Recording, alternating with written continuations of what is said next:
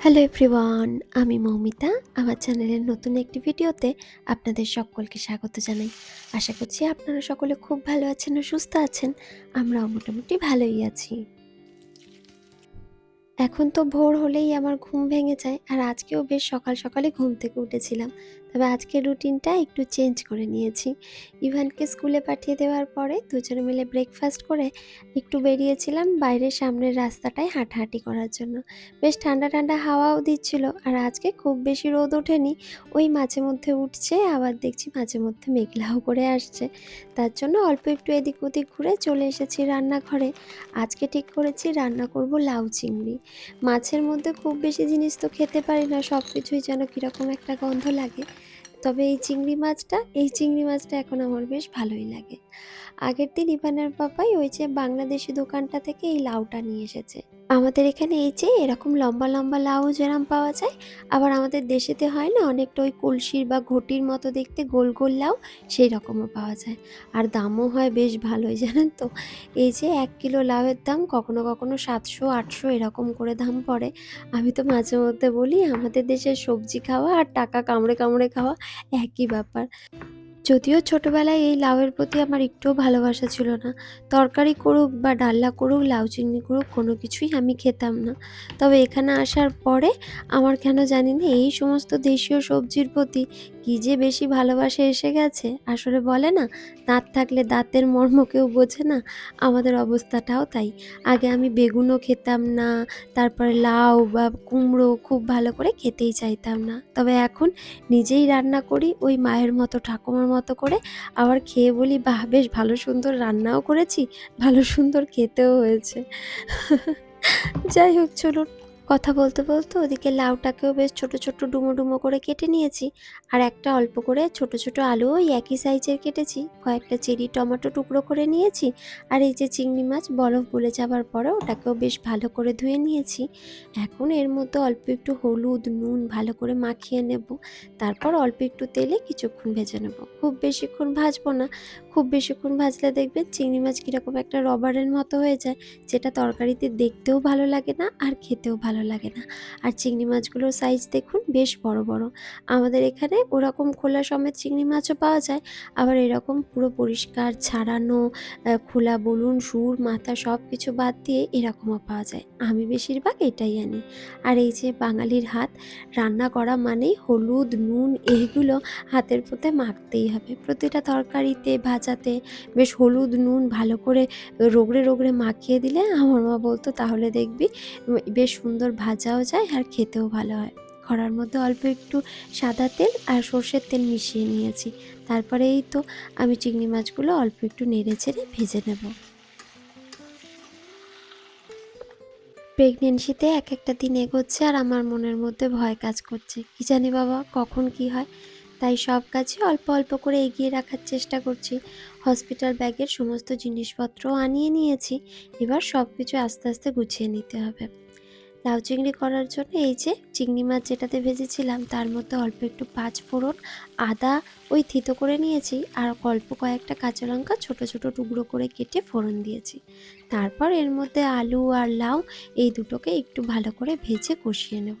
আর উপর থেকে ওই টেরি টমেটোগুলোকেও ছড়িয়ে দিয়ে একটু ভালো করে নেড়ে চেড়ে কষিয়ে রান্না করে লাউ চিংড়িটা করব।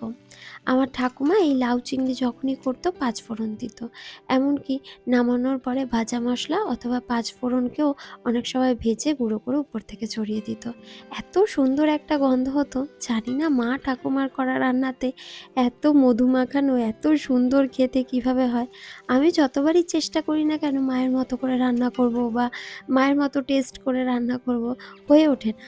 আসলে আমাদের সবারই প্রত্যেকেরই হাতের রান্না দেখবেন একই মশলা একই জিনিসপত্র দিয়ে যতই বানাই না কেন, সবাইকার হাতের রান্নায় যেন মনে হয় অন্য অন্য রকম, তাই না? এই তো কথা বলতে বলতে সমস্তটা হয়ে গেছে। আর উপর থেকে অল্প একটু চিনি দিলাম ওই স্বাদটা ব্যালেন্স করার জন্য। এবার সিদ্ধ হয়ে গেলে নামিয়ে নেব। আর বাইরে দেখুন না, সকালবেলার দিকটি একটু রোদ উঠেছিল, আবার দেখছি ঝিরঝিরিয়ে বৃষ্টি হচ্ছে। ওই একবার করে হচ্ছে, আবার বন্ধ হয়ে যাচ্ছে, আবার রোদও উঠছে। এখানকার ওয়েদার তো জানেনই, ভীষণ আনপ্রেডিক্টেবল। চলুন, লাউ চিংড়িটা নামিয়ে নিই আর এর উপর থেকে আমি অল্প একটু ভাজা মশলা ছড়িয়ে দেবো। আপনারা চাইলে ঘি গরম মশলাও দিতে পারেন, সেটা দিলেও খেতে ভালো হয়। তবে আমি ওই যখন মালাইকারি করি তখনই ঘি গরম মশলাটা ব্যবহার করি। লাউ চিংড়ি বা নিরামিষ তরকারি করলে আমি হয় পাঁচফোড়নের গুঁড়ো আর নইলে এই যে ভাজা মশলা এটাই দিয়ে থাকি। ইভানও স্কুল থেকে এসে গেছে। ইভানের পাপ্পুকে স্কুল থেকে আনিয়ে এই ড্রেসটা ছাড়িয়ে ওকে একটু ফ্রেশ করে দেবে। ততক্ষণে আমি এই সমস্ত খাবার-দাবার টেবিলের মধ্যে সাজিয়ে ৩ জনে একসঙ্গে খাওয়া-দাওয়া করে নেব। একটুখানি শুয়েছিলাম। তারপরে ওই একসঙ্গে অনেকক্ষণ শুতেও পারি না, এক জায়গায় অনেকক্ষণ বসতেও পারি না। কী যে শরীরটা আনচান, আনচান করে সেটা বলা মুশকিল। আর চারিদিকটা দেখুন ওই মেঘলা মতো হয়ে একদম অন্ধকার, অন্ধকার হয়ে এসেছে। ইভানের পাপাই ইভান এই যে একটু দুপুরবেলা পড়তে বসেছিল আর চারিদিক ছড়িয়ে ছিটিয়ে এখন গেছে বাড়ির সামনের পার্কটায় একটু খেলতে। আর এই যে দেখেছেন কি কাকের ঠ্যাং বকের ঠ্যাং এঁকেছে, এগুলো ওর হচ্ছে মানুষ। দুটো করে হাত আছে, দুটো করে পা আছে আর গোল গোল দুটো মুন্ডু আর বডি। আমার তো দেখলে মাঝে মধ্যে হাসি পায়। কতবার কত কিছু দেখিয়ে দিই, ওই কাকের ঠ্যাং বকের ঠ্যাং করেই আঁকে যা পারে। তবে রংটা বেশ ভালোই করতে শিখে গেছে এখন। তার জন্য ওকে কোনো কিছু এঁকে দিলে আর বলে দিই এইটাতে এই রংটা করবে বা কোনটাতে কী রং হয় সেগুলো করো, তখন ও দেখি বেশ ভালো মতোই করতে পারে। তবে এই যে বই খাতা সে কোনোদিন ওঠাতে চায় না। যেদিনকে আমি সামনে দাঁড়িয়ে থাকি সেদিনকে ওঠাবে। আর যদি আমি ওর সামনে না থাকি তাহলে এরকম ছড়িয়ে ছিটিয়ে রেখেই চলে যায়। বছরের বেশিরভাগটা সময় শীতকাল থাকে বলে খুব বেশি তো বাইরে যেতে পারে না। তবে এখন যেহেতু ঠান্ডাটা অনেকটাই কমে গেছে তার জন্য বিকাল হলেই সবসময় বায়না চড়ে, "ড্যাডি চলো তোমার সঙ্গে পার্কে যাবো।" তাই ওই তাড়াহুড়ো করে বেরিয়ে গেছে। কয়কটা বই এই কটা আমি ঠিক জায়গা মতো রেখে তারপর ভাবছি সন্ধেটা দিয়ে নেব। তা না হলে এখন সন্ধে দেওয়ার সময় ভারী অসুবিধা জানেন তো? সবসময় ওই ঠাকুরের ধূপটাকে ঠাকুরের বাতিটাকে জ্বালবো আর হ্যাপি বার্থডে বলে ওই বাতিটাকে ফু দিয়ে নিভিয়ে দেবে। কি জ্বালা বলুন তো? যাই হোক, আমাদের ছোট্ট সোনার জন্য বেশ অনেক শপিং করেছিলাম যেগুলো আপনাদের দেখিয়েছি। আর ওইদিন ইভানের জন্য ওই একটা ইনারওয়্যার আর আন্ডারওয়্যারের সেট কিনেছিলাম। আর ও কিছু একটুও বায়নাও করেনি, বেশ মজা করেই পুরো শপিংটা করে চলে এসেছি।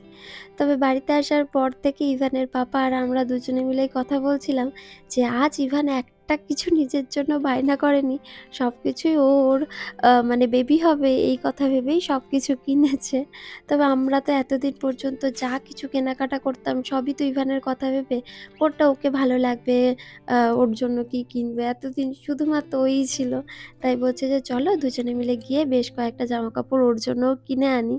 ওর হয়তো এসব কিছু মনে হচ্ছে না, আমাদের মনের মধ্যে ভীষণ রকম একটা মায়া কাজ করছিল যে এত কিছু কিনলাম আর ইভানের জন্য মাত্র ২ টো ড্রেস কিনে বাড়ি চলে এলাম। আরও কিছু হয়তো কেনা উচিত ছিল বা ওকে জিজ্ঞাসা করা উচিত ছিল। তো সেই জন্য ইভান আর ইভানের পাপাই কালকে গিয়ে এই যে এই ব্ল্যাক কালারের একটা টি-শার্ট, এই ব্ল্যাকের সঙ্গে বিভিন্ন নিউড কালারের এই শার্টটা আর ডাইনোসরের উপরের ওই জাম্পারটা কিনে এনেছে। আর ওই যে বললাম ইনারওয়্যার আর আন্ডারওয়্যারের সেট ওটা আমরা প্রাইমার্ক থেকেই কিনে এনেছি। আর দেখতেই তো পাচ্ছেন সবের মধ্যে হয় ফুটবল রয়েছে, ক্রিকেটের বল রয়েছে আর নয়তো ডাইনোসর। এত পছন্দ করে ডাইনোসর কি বলবো। আর এই ছোট, ছোট এইগুলোও ডাইনোসরই পছন্দ করেছিল। আমি বললাম, "তুমি তো ফুটবল খেলতেও ভালোবাসো।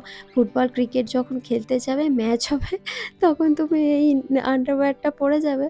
বলতে আবার ওইটা পছন্দ করে নিয়েছে। তবে এই ভেস্টের ব্যাপারে দেখুন সেটাতে আর কিছু অন্য কিছু নেওয়া যায়নি। এর মধ্যেও এই যে ডাইনোসরই রয়েছে। এত বেশি ডাইনোসর পাগল মানে আমি যদি গোটা ঘর একটা দিয়ে দিই ওর ডাইনোসরতেই ভর্তি হয়ে যাবে। ছোট, বড় কত রকম সাইজের যে ডাইনোসর আছে একদিন ভাবছি আপনাদেরকে পুরো কালেকশনটা দেখাবো। যাই হোক চলুন এই যে এই সমস্ত জিনিসগুলোই কিনেছি। আর অনলাইন থেকে ইভানের জন্য ২ টো ড্রেস অর্ডার করেছিলাম। যার মধ্যে ওই কিছু সুন্দর, সুন্দর কোট লেখা রয়েছে। একটা হচ্ছে গ্রিন কালারের আর একটা হচ্ছে রেড কালারের। দেখুন ভারী সুন্দর দেখতে, তাই না? এর মধ্যে লেখা রয়েছে বেশ কালারফুল লেখাটা। আর যে সমস্ত অ্যাডগুলো দিচ্ছিল ভারী সুন্দর দেখতে লাগছে। এটা তো অনেকটা বড়ই নিয়েছি যাতে কয়েকটা দিন বেশি পড়তে পারে তার জন্য। বাচ্চাদের জামাকাপড় এত তাড়াতাড়ি ছোট হয়ে যায়, আবার ইভানের জামাকাপড় এই বছরটাতে দেখছি খুব তাড়াতাড়ি মানে ও লম্বা হয়ে গেছে। গায়ে পায়ে তো কিছু লাগে না, শুধু লম্বাটাই হয়। বেশ মানে লম্বা হয়ে যাওয়ার জন্য সব জামাগুলোই হাইটে ছোট হয়ে গেছে।